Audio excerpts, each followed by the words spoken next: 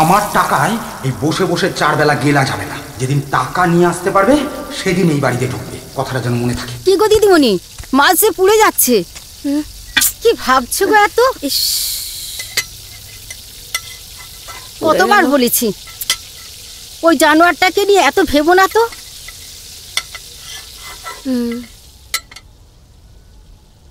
আচ্ছা আমি বেরোলাম, যাই, তাকে আবার দেখে আসতে হবে তো। মানুমাসি, রুম্পাকে একবার আসতে বলো না গো। তোমাদের ছোট থেকে একই স্বভাব, একে অন্যকে কিছু না বলে থাকতেই পারো না। বাইরে থেকে আটকে দিও। হ্যাঁ ঠিক আছে।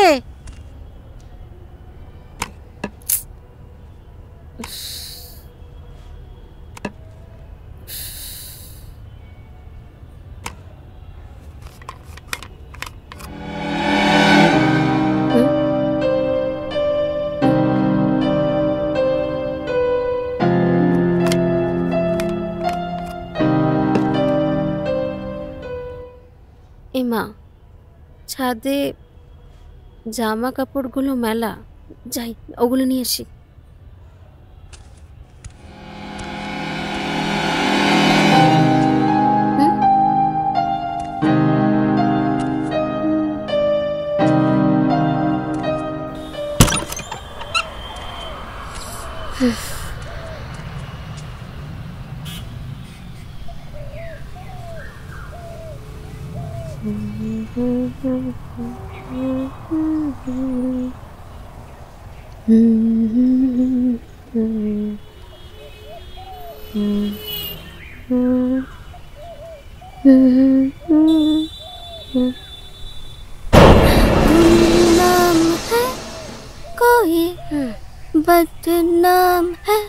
উফ, ভয় পেয়ে গেছিলাম তো।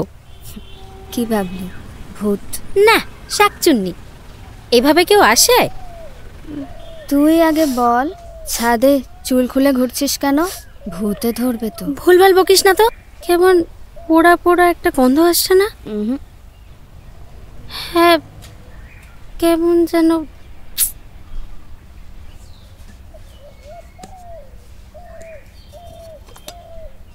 এই, আচার খাবি?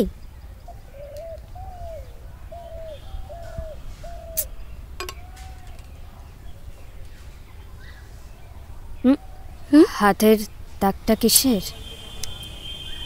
ওই ও বাড়ি থেকে এ বাড়িতে আসার আগে। তোকে রোজ মারধর করতো? প্রায় রোজ।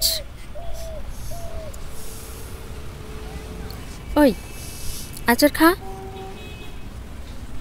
এই, তোর গলার দাগটা কিসের রে? কি বিচ্ছিরি দাগটা। ও কিছু না।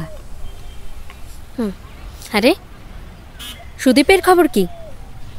তোরা বিয়ে করছিস কবে?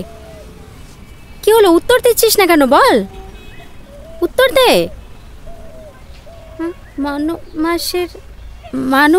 মানুমাসির গলার আওয়াজ। হ্যাঁ, মানুমাসি ডাকছে। মানুমাসি আমায় ডাকছে, আমায় যেতে দে। দাঁড়া দাঁড়া দাঁড়া শিল্পাদি। হ্যাঁ, তুই তো আমার সাথে থাকতে পারিস না। আরে দাঁড়া, মানুমাসি ডাকছে। তুই আমায় কথা দিয়ে যা। কি হলো? আমি যেখানে যাব তুই সেখানে যাবি। এসব কি পাগলামো করছিস? এখন আমাকে যেতে দে। আমায় কথা দিয়ে যা। হ্যাঁ, আমি তোর সাথেই যাব, তোর সাথে যাব রে বাবা। দাঁড়া, তুই একটু দাঁড়া। দিদিমণি, দিদিমণি, কি হয়েছে? মানুমাসি কি হয়েছে? সর্বনাশ হয়ে গেছে গো দিদিমণি, সর্বনাশ হয়ে গেছে। বলো কি হয়েছে? কি? মেয়েটাকে ওরা মেরে ফেলেছে গো দিদিমণি। মানুমাসি তুমি কি বলছো? রুম্পা ছাদে। শোনো, রুম্পা ছাদে। আমি বলছি তুমি আসো। বলছি তো তোমাকে, রুম্পা ছাদে আছে। তুমি দেখো, রুম্পা ছাদে আছে। মানুমাসি তুমি এসো, তুমি দেখো, তুমি দেখো। আমি বলছি তো। এই রুম্পা কোথায়? রুম্পা গেল কোথায়? রুম্পা, শিল্পাদি, সুদীপ আর ওর বন্ধুরা আমার ওপর অনেক অত্যাচার করেছে রে। সারা গায়ে উফ, কি প্রচণ্ড যন্ত্রণা। শেষে আমায় ওরা পুড়িয়ে দিল রে। প্রমাণ লোপাট করতে বাঁচতে দিল না রে আমায়। শিল্পাদি, এই সমাজে আমার, তোর, আমাদের মেয়েদের কোনো নিরাপত্তাই নেই রে, কোনো বিচার নেই। রুম্পা,